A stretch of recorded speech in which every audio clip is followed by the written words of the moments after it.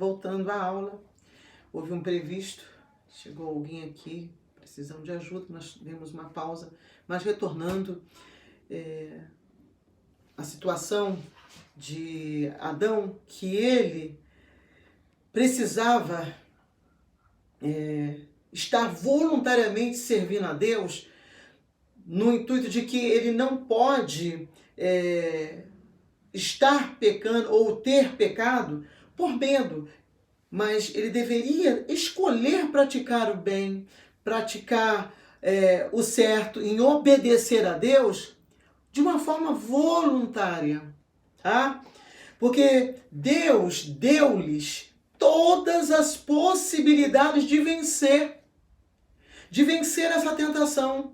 Quando o Senhor o criou a sua imagem e semelhança, Deus mostrou o seguinte: Deus o criou numa dimensão racional perfeita, ou seja, Adão recebe a responsabilidade de exercer domínio sobre a terra.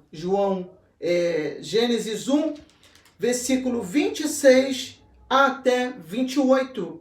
E Salmo 8, no versículos 4 também a 9.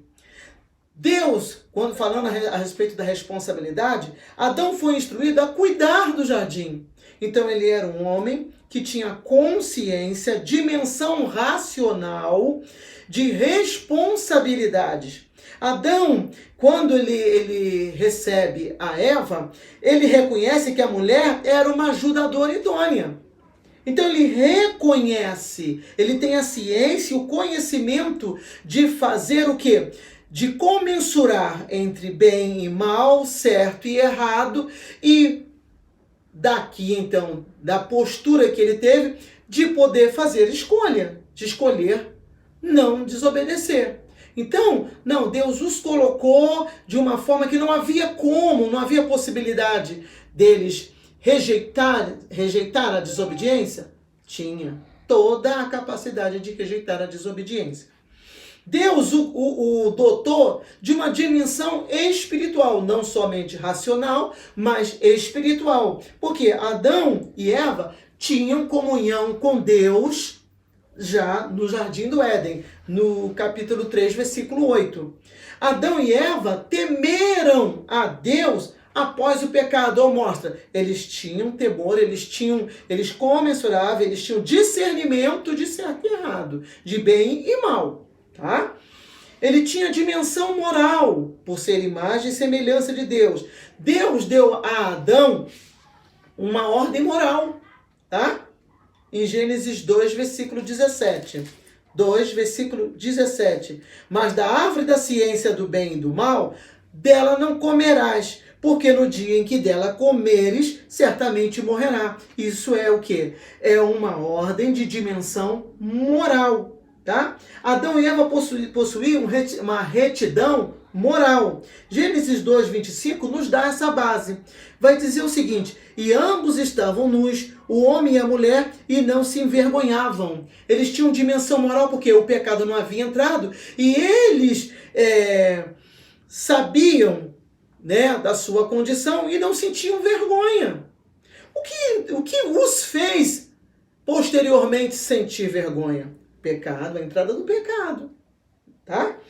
Isso parece indicar que a imagem incluía a justiça original, ou seja, a parte moral dava a ele a condição de precisar, dentro de uma consciência, a possibilidade de estar fazendo algo errado ou estar fazendo algo certo. Como também ele tinha dimensão social. Deus criou o ser humano, seres sociais, tá? Adão e Eva, presumivelmente, eles conversavam, eles tinham diálogo. Então, havia uma condição social também no Éden.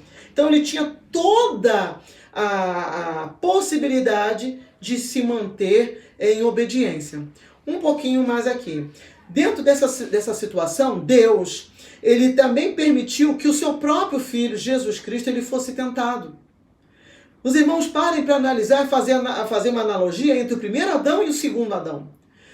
Ele passou pela prova, e uma prova terrível, ferrenha e dura, lá em Lucas capítulo 4, dos versículos de 1 a 13, e em Mateus também, 4, tem a tentação.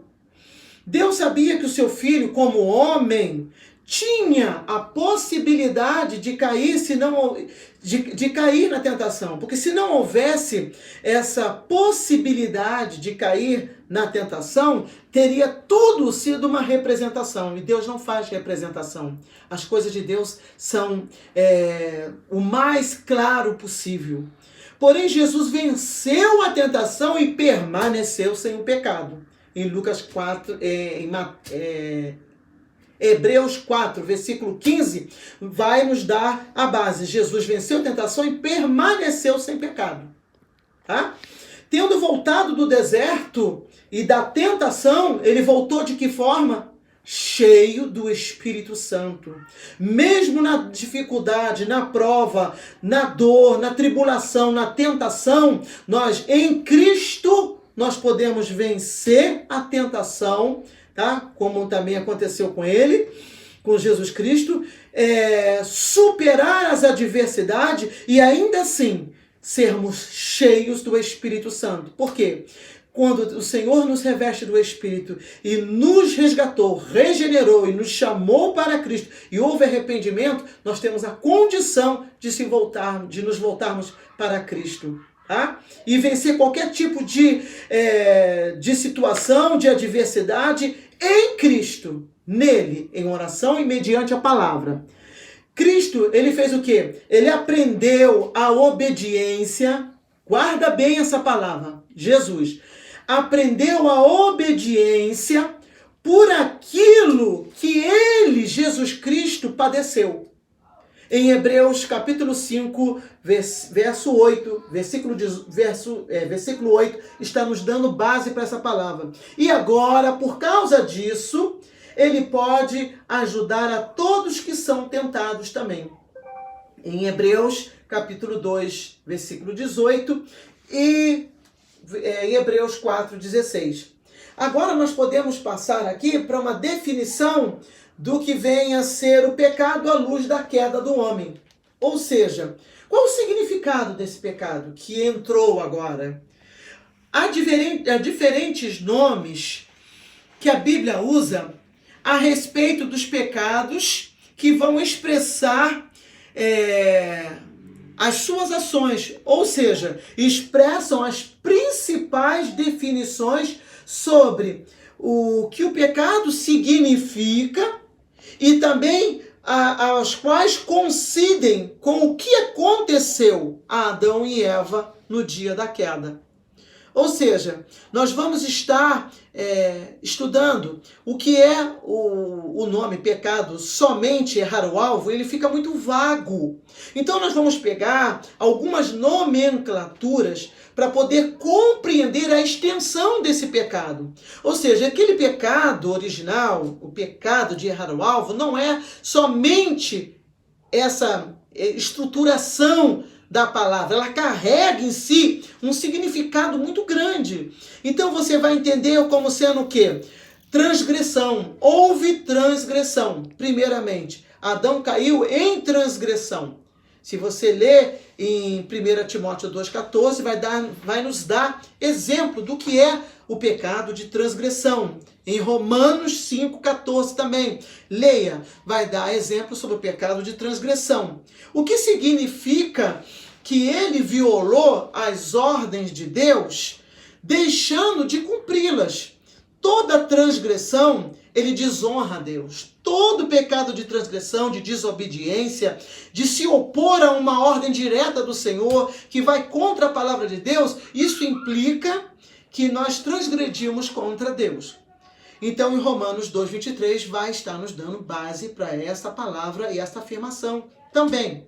Outro nome que o pecado ele tem em si para entender o que foi o pecado de Adão no Éden, primeiro foi transgressão. Segundo, impiedade. O pecado, a nomenclatura impiedade, que está em Romanos, no capítulo 1, versículo 18, e em Tessalonicenses, Tito, aliás, perdão, em Tito, no capítulo 2, no versículo 12, vai estar ali a implicação do que é a impiedade.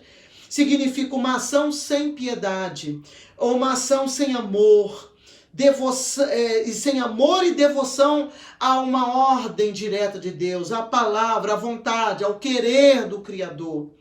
Ou seja, isso realmente vai caracterizar a atitude que Adão e Eva tomaram. Uma atitude de impiedade. Outro ponto que também vai estar apontando para o pecado que aconteceu no Éden, que hoje também paira em nossos dias, é a injustiça, como nós vamos observar em Romanos 1, no versículo 18. Justiça é um procedimento de acordo com o direito, com o que é direito, né? E quando falta essa justiça, isso vai se tratar de injustiça. Houve ali uma quebra da lei, uma injustiça. Houve uma desobediência, que é o mais comumente falado em Hebreus 2, versículo 2. Ou seja, não se submeter, transgredir, infringir, desrespeitar uma ordem direta. A desobediência aqui de Adão e Eva, o que ela vai significar? O que eu aprendo com isso? Significa insubmissão. Eu não me submeti a uma ordem direta. Ou seja, rebelião. Insubmissão ou rebelião, coisa que diante de Deus é como comparado a um pecado de feitiçaria, como está em 1 Samuel, capítulo 15, no versículo 2.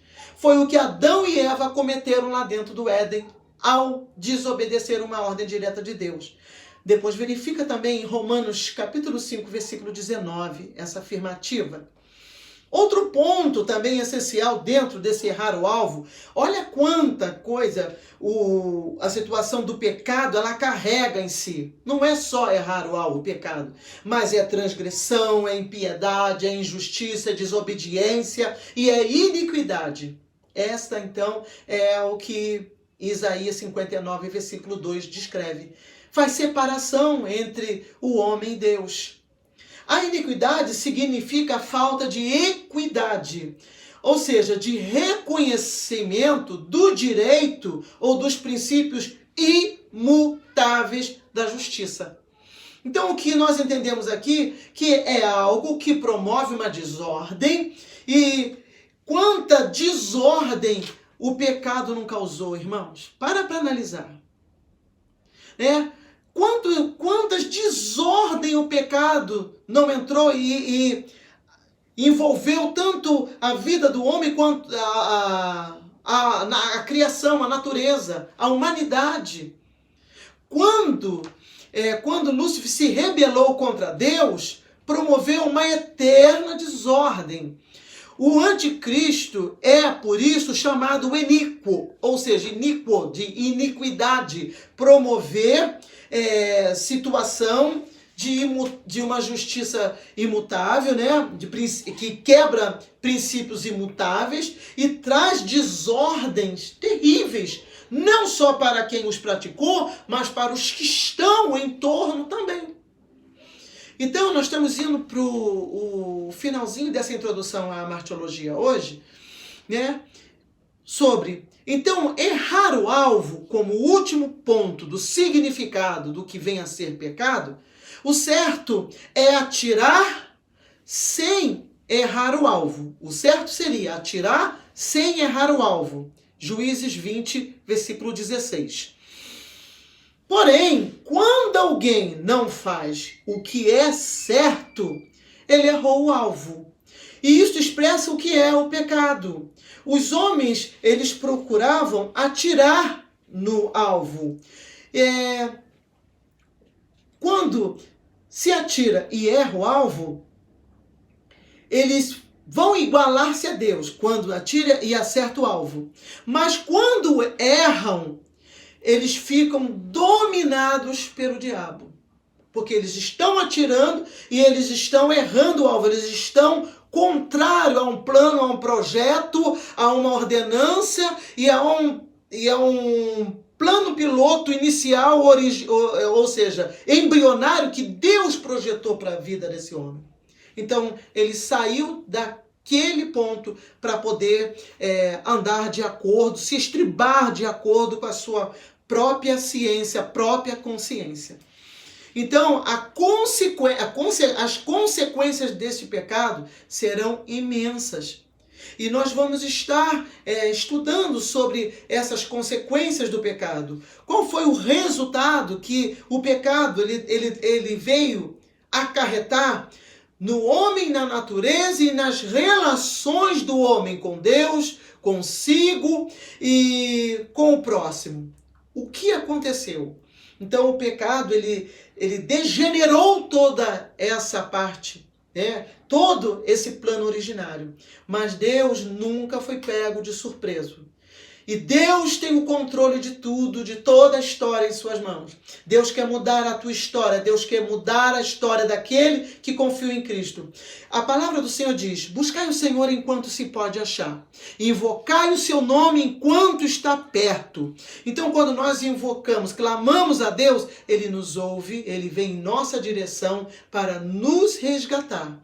E isso o quê? Isso redunda em entender que houve arrependimento, que houve regeneração para haver transformação de conversão verdadeira, genuína e voltar-se para o Senhor.